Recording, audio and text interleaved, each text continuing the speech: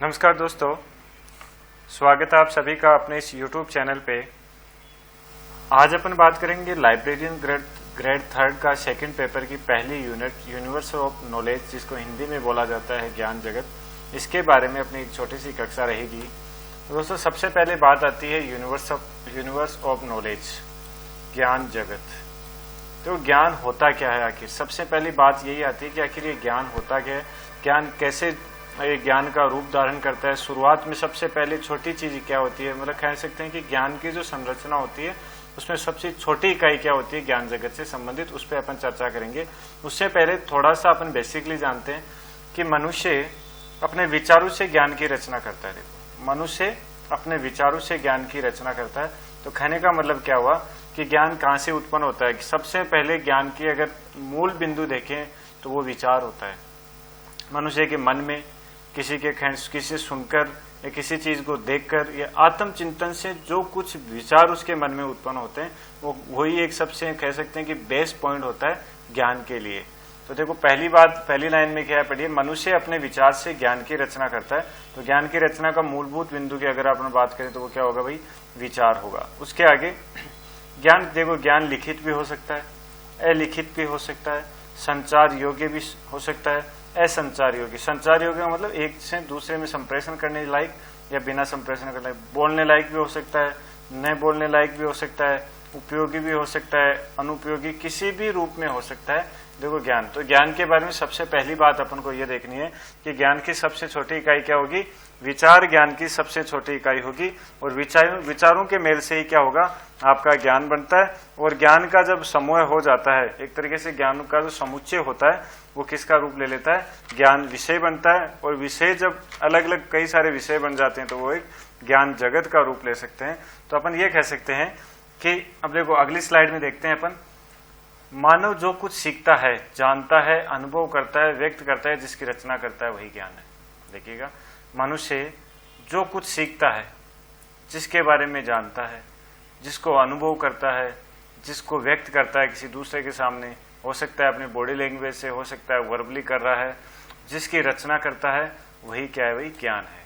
तो देखो, ज्ञान के बारे में सबसे पहले मनुष्य के मन में जो विचार है, अब विचार हो सकता है कि किसी के सुनने से, किसी चीज को देखने से, या किसी चीज के आत्मचिंतन से, किसी को पढ़ के उसको ज्ञान हो रहा हो, विचार हो रहा हो, तो वह विचार तो होता है ज्ञान का बेस बिंदु। उसके बाद एक छोटी सी लाइन है देखो ज्ञान के बारे में कि मानव जो कुछ सीखता है, जानता है, अनुभव करता है, व्यक्त करता है, जिसकी रचना करता है वही क्या है? ज्ञान है। अब आगे देखो, ज्ञान ज्ञानेंद्रिय से प्राप्त बौद्धिक अनुभव है। मतलब ज्ञानेंद्रियां, देखो अपने जो ज्ञानेंद्रियां हैं उनसे प्राप्त जो ज्ञान, मतलब ज्ञानेंद्रिय से प्राप्त बौद्धिक अनुभव ही क्या है? ज्ञान है। आगे अपन चर्चा करते हैं देखो यूनिवर्स ऑफ नॉलेज के अंदर कि सबसे, अब बात आ गई सबसे पहले ज्ञान जगत की अवधारणा से संबंधित, उसका कैसे निर्माण होता है, ज्ञान जगत बनता कैसे, उस पर अपन चर्चा करते हैं। तो सबसे पहली बात है विचार। सबसे छोटी इकाई, जैसे कि मैंने आपको बताया था कि ज्ञान का जो मूलभूत बेस बिंदु होता है वो होता है आपका विचार। तो विचार के अंदर अगर बात करें तो कुछ भी जो दूसरों द्वारा संप्रेषित किया गया हो, दूसरों के द्वारा भेजा गया हो, या दूसरों से अपन को सुनने को मिल रहा है, या व्यक्तिगत अध्ययन, खुद के द्वारा कोई अध्ययन किया गया हो और जांच की गई हो, उसके द्वारा जो प्राप्त किया जाता है वो क्या होता है? विचार होता है। मतलब विचार दूसरों के द्वारा संप्रेषित किया हुआ भी हो सकता है, व्यक्तिगत अध्ययन से मन में आया हुआ विचार भी हो सकता है, या किसी चीज की जांच से भी प्राप्त परिणाम भी विचार का रूप हो सकता है। तो विचार के बारे में देखो क्या होता है कि विचार सबसे पहले अपने मन में जो कुछ आता है किसी चीज को लेकर, वो ही क्या होता है भाई? विचार होता है। अब देखो विचार क्या होता है? विचार सोचने, प्रतिबिंबित करने, कल्पना करने से उत्पन्न उत्पाद होते हैं। किसी चीज को अपन सोचते हैं, सोचने के बाद में जो कुछ अपने सामने परिणाम आता है, अपने मस्तिष्क में परिणाम आता है, वो एक विचार है। किसी चीज के, कोई काम को देख के, किसी वस्तु को देख के उसका जो प्रतिबिंब अपने दिमाग में बनता है वो भी क्या होता है? विचार ही कहलाता है। फिर देखो कल्पना करना, किसी के बारे, किसी काम के बारे में, किसी विचार के बारे में, किसी भी बिंदु के बारे में जब अपन कल्पना करते हैं, वो उससे उत्पन्न जो उत्पाद होता है, उससे उत्पन्न जो परिणाम अपने सामने आता है वो क्या होता है? वही विचार होता है। ये अपन को पता होना चाहिए। आगे देखो, विचार के बाद में आता है ज्ञान। मतलब विचार से जब अपन थोड़ा सा आगे बढ़ते हैं तो आता है ज्ञान का बात आती है। तो देखो ज्ञान के अंदर पहले अपन इसको विस्तार से देखते हैं, फिर शॉर्ट में इसको समझेंगे कि मनुष्यों द्वारा संरक्षित विचारों की समग्रता ही ज्ञान होती है। मनुष्य द्वारा संरक्षित विचारों की समग्रता क्या है भाई? ज्ञान है। मनुष्य द्वारा संरक्षित विचारों की समग्रता ज्ञान होती है। कहने का मतलब जो विचार होते हैं उन विचारों को जब एक जगह इकट्ठा कर दिया जाता है तो वो क्या होता है? ज्ञान होता है। या अपन आमतौर पर देखो ज्ञान शब्द विचारों के ब्रह्मांड को संदर्भित करता है।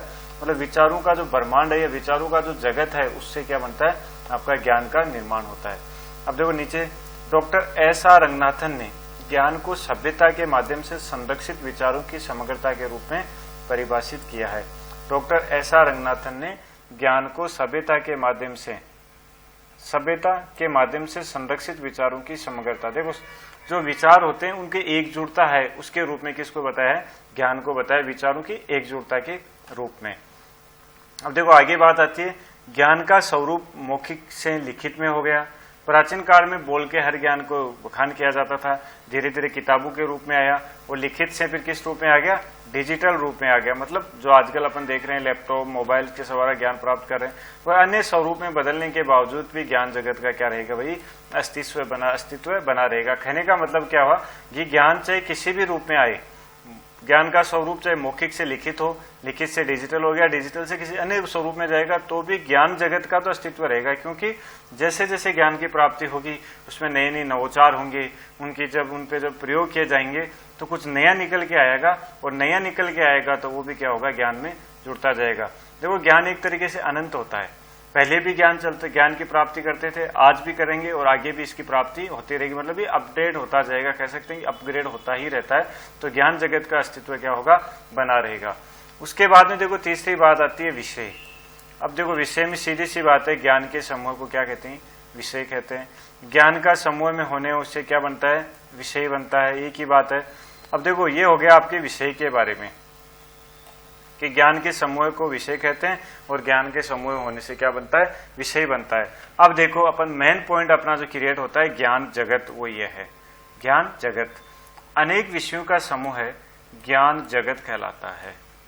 जब कई तरह के विषय मिल जाते हैं तो वो क्या कहलाता है? ज्ञान जगत कहलाता है। तो दोस्तों मैं आपको बताना चाहूंगा शॉर्ट में 3 लाइनों में कि कुछ भी जो अपन मतलब सोचते हैं, समझते हैं, विचार करते हैं वो तो होता है विचार। ठीक है, कुछ भी जो हमारे दिमाग में आता है, कोई भी ख्याल हो गया, कोई भी किसी भी घटना को लेकर त्वरित कुछ भी अपने दिमाग में आता है वो तो अपना विचार होता है। और विचारों का जो समूह होता है वह ज्ञान होता है। और ज्ञान के समूह में होने से क्या बनता है? ज्ञान के समूह में होने से आपका विषय बनता है और अनेक विषयों से मिलकर क्या बन जाता है भाई? आपका ये ज्ञान जगत बनता है। देखिएगा ज्ञान जगत, यही अपना टॉपिक बिंदु है। तो दोस्तों ये थी अपने ज्ञान जगत से संबंधित अवधारणा। अब आगे अपन पढ़ेंगे ज्ञान जगत के बारे में, ज्ञान जगत की विशेषताएं, ज्ञान जगत में क्या क्या शामिल होते हैं, कितने तरीके का, इसमें तो अलग अलग पॉइंट्स आपके दिए गए, उन सभी पॉइंट्स को अपन स्टेप बाय स्टेप पढ़ेंगे।